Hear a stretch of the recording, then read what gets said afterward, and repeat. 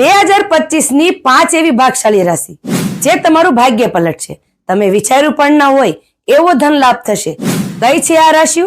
તો ચાલો જાણીએ. તે પહેલા કમેન્ટમાં જય માતાજી લખી દેજો અને આ વિડીયોને લાઈક અને શેર કરી દેજો. પહેલી રાશિ છે વૃષભ રાશિ.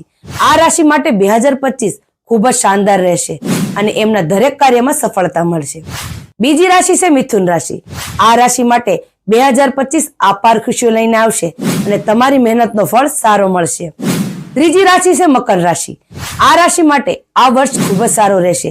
નોકરી અથવા નવી તકો મળી શકે છે અને તેમને આર્થિક સ્થિતિ મજબૂત થશે અને ખર્ચમાં પણ સુધારો થશે.